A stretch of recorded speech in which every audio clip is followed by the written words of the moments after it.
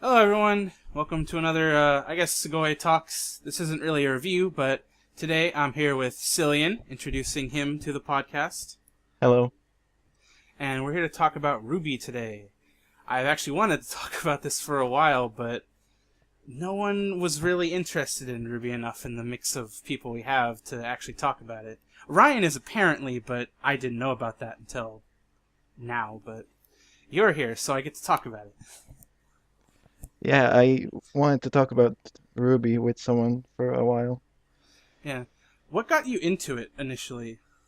Uh, I just wanted to see some animation that wasn't made in Japan. Mm-hmm.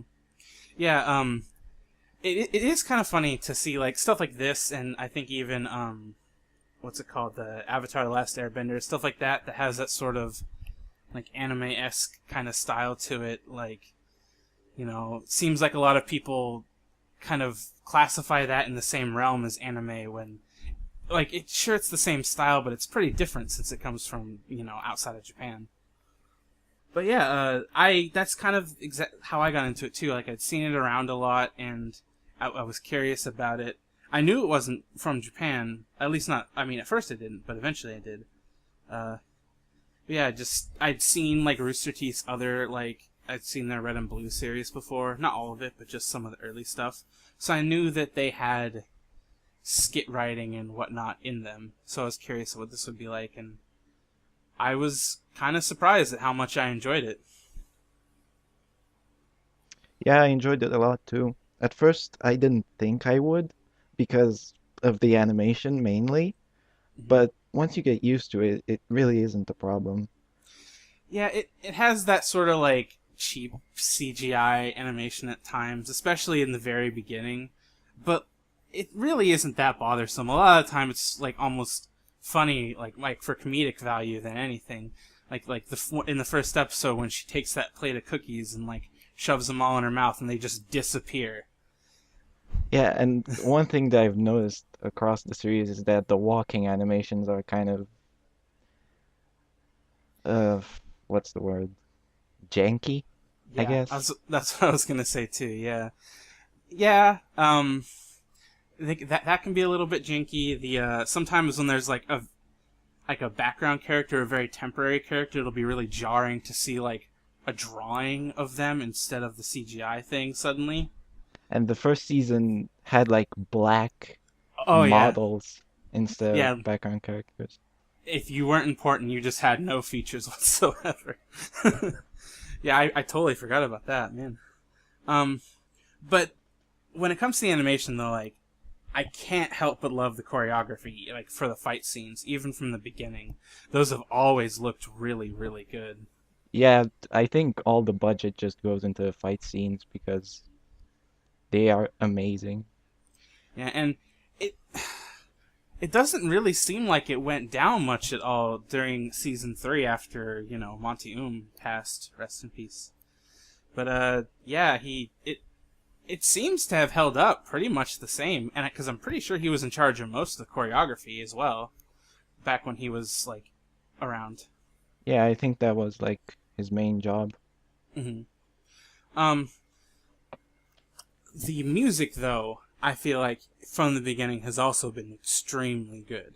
The soundtrack and like all the other like insert songs they create for it. Yeah, Casey Lee Williams' voice is amazing, and the name of the composer escapes me, but he does an amazing job with Yeah, the I can't remember the name of the composer either, but they do really good work. Jeffrey Williams. That's Oh yeah, yeah, yeah. yeah. It's a talented family apparently. Because that is it is his daughter, right? Casey Williams. It's his wife Oh, actually. it's his wife. I thought she was really young. No, I think it's his wife, yeah. Huh? Wow, that surprises me. But yeah, like from the beginning, music good. I have all of the soundtracks downloaded because I love them so much. Uh, and especially in this third season, there was a few that really, really caught my attention. Like especially when they were. Oh, by the way, probably going to be some spoilers in this video. Here on, just if you haven't actually caught up with the series, might want to not listen any further. if you just want our opinions, though, thumbs up. It seems like, but yeah, during the third season when they're fighting, particularly those two, like the one guy who's like a jazz like trumpet player, and the girl that's like a skater. There was like these really like jazzy, swingy renditions of some of their old openings and stuff, and Y- those were really cool.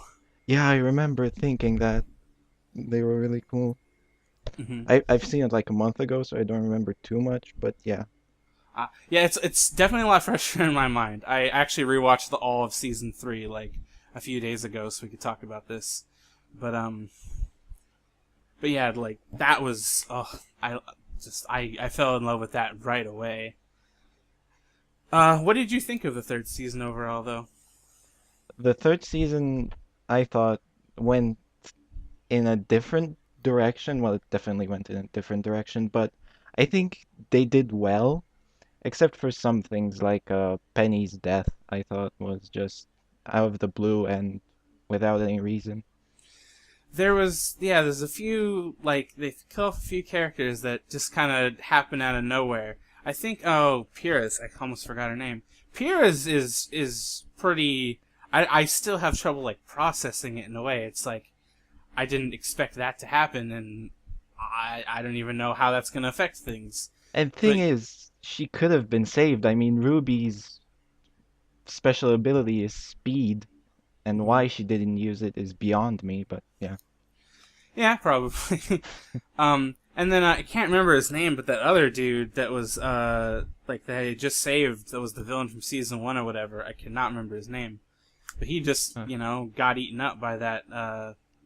that was actually pretty satisfying. It I was. I kind of liked how just sudden and like unimportant his death felt. It was kind of like, haha, you fucker, like whatever. Um, but I do kind of agree with Penny's. It My theory is actually that they're gonna bring her back since she's a robot and she can just be repaired. But I if they don't, then I don't see why she even exists as a character. Yeah, She basically does nothing except for a few cool fight scenes, but it does sort of feel like her death like the main purpose of it was kind of to create this controversy with people, kind of to reveal that like that they're sending in these like mechanical like students or like fighters or whatever in to the schools and whatnot.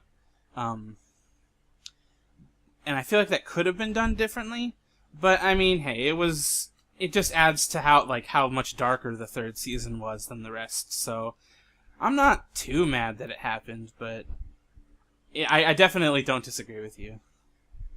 and Crow was added in the third season, right? Oh, right, and he's a actual like he's got a legit voice actor too. Vic Mignogna does him. I don't actually know who that is. He's a pretty popular English dub voice actor.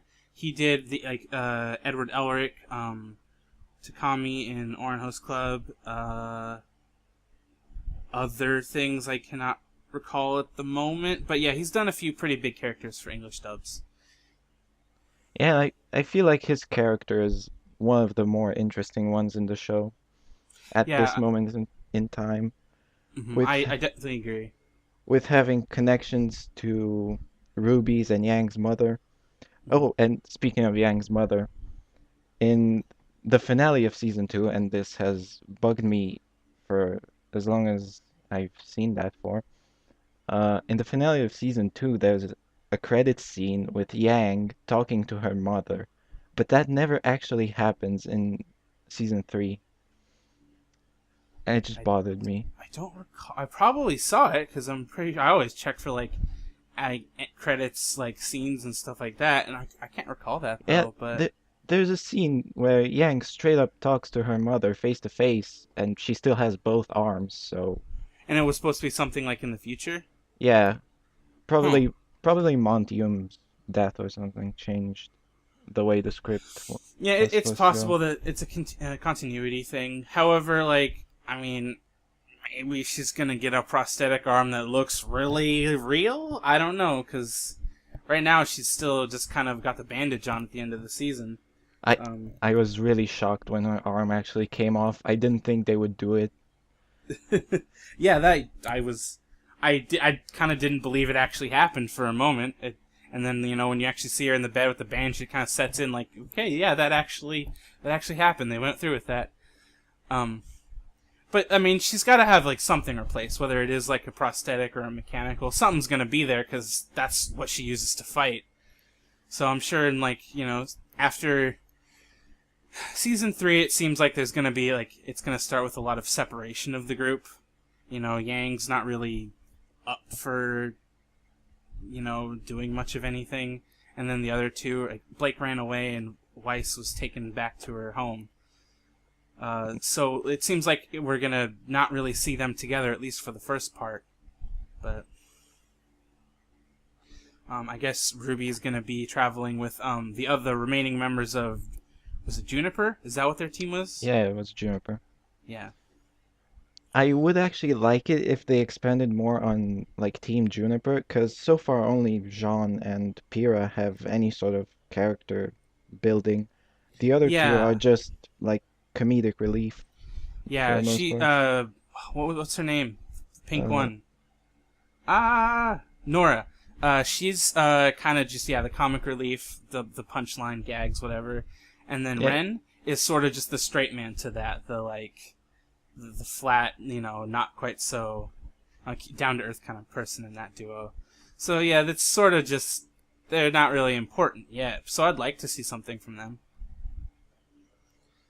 Uh, and season 3 seems like it's probably going to do that. I'll be very curious as to where the direction this is going.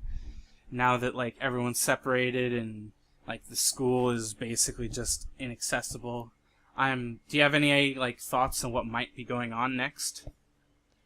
I think we might see what's her name? The evil woman. Uh, Oh, Ember. Ember, was it? I think that's her name, Ember. I think. Yeah, the main antagonist is probably Yeah. gonna meet up with that woman we saw at the end Oh, with the right, white right. face. Yeah. Yeah, we haven't. I don't think we've seen anything about her before, so that'll be. I really don't know what to expect from that. She seems like she might have something to do with the. Why does the name of them escape me? The monsters that they fight. The Grim. Grim. Yes, thank you. She probably has some sort of connection with them because she kind of. I don't know. She just Yeah, looks sort of like that to me. she looks like she's infected by something. Yeah, kind of like a Kerrigan Starcraft kind of thing. A- Um. And she has some connection to Ozpin, so we might like Right. find out some more stuff about him Right. too. Yeah, and apparently he's MIA as well. I don't think he's dead, but No, he's he's definitely definitely not not. around. Him being dead would kill the plot, I Yeah. think. What did you think of the like they added this like the maidens of the seasons or whatever they were called, that whole bit? Oh, I really like that, actually. Yeah, I think that's really interesting. Like they really hadn't. I don't think they clued into much of anything on that before, but I'm curious to see where that plot's gonna go, Yeah, or if anyone else that we know in the story is gonna be related to them in some fashion. it sort of came out of nowhere, and now it makes me think that Ruby might go and try to find the others. Hmm. Maybe if all of them unite, something will happen, though one of them is evil now. Yeah, Uh, maybe finding the other three to help them, take down the evil one, and something also, like that. and also the story about Ruby's silver eyes is, Oh, right. It makes me curious if they had that planned from the beginning. I mean, Because like since that was brought up back in season 1, I have no. Apparently, Monty had a lot of the script written like and prepared before he died, like about 6 seasons worth or so. So it seems like they might have, but I didn't exactly expect that to happen. yeah, that was probably something that was planned from the beginning. I can't imagine her having silver eyes was just a coincidence. Yep, yep. And they just looked at her character and were like, we We should give her a special power. So, have you listened to the Japanese dub of it all yet? No, I have not.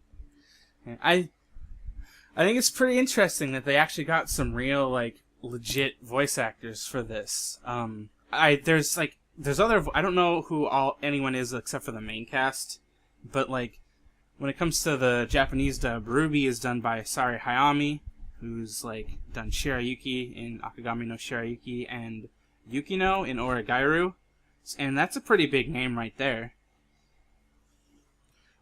Probably one of my favorite VAs too, personally. Uh, Also, Vice is Yoko Hikasa, who is Mio from K-On! And Rios from High School DxD. Blake is Yu Shimamura, who's doesn't have a ton of big roles from what I could tell. It seems like probably the biggest one is Annie from SNK, Attack on Titan. And then she's also Akiko from the currently airing Bungo Stray Dogs. I'm not watching that one, so I have no idea how big of a character that actually is. But and then Yang is Ami Koshimizu, who is Colin from Code Geass and Ryuko from Kill la Kill. So you've got big names doing those four, and I think that's really interesting since this is mostly like, I mean, Rooster Teeth's not small in the internet world, but they're not a huge production company. So them getting such big names to do a Japanese dub kind of surprised me quite a bit. But then again, you have to ask yourself how much do Japanese voice actors get paid when some of them do like 2 or 3 voices per season. So Yeah, yeah. And especially since this is different from an anime, this is like an actual like dubbing of Western media. I mean, the pay they get might be significantly different as well. All that's out right now is season 1, but hopefully they continue to have it dubbed because apparently Japan loves it. You know, despite maybe not great production value compared to a lot of anime that they get. You know, apparently it's a big hit over there, and I really didn't see that. I mean, it's definitely better than anything Studio Piero has ever done. I just needed to jab that one. Fair enough, fair enough. But what's really interesting is that we have an English property that gets dubbed over into Japanese, which how often do we see that? Other than like occasionally like big movies and stuff like that, you really don't ever see that. You know, especially something this small in the big scheme of things. Like RWBY's pretty popular, like, or it's pretty well known in the anime community, whether people like it or they don't. People know about it, but it's mostly just a thing from the internet, you know. So something even, you know, something actually getting a dub, because like you said, it's rare, and it being so minor, you know, that I honestly did not expect it to ever happen. Yeah, and maybe they did it also because there was demand from English fans to have a Japanese dub for people who just watch Japanese dubs for whatever they watch, I Huh. guess. That's possible. I do think it's going to be kind of funny if we get to the point where, like, the Japanese dub is going to start having English subs, and people are going to start being like, I only watched the sub of RWBY. That would be pretty funny. How do you feel about the English voice acting overall? I like it. It doesn't feel professional because most of the voice actors I think aren't professionals, Mhm. but that they definitely do a good job giving personality to the characters with their voices, which Yeah. is more than I can say for a lot of Japanese shows because, well, I don't know Japanese. Yeah, it seems like, for the most part, except for, like, side characters, because sometimes, like, a side character only has a couple lines, it'll be a little iffy. But other than that, yeah, I think the voice acting in that is pretty great.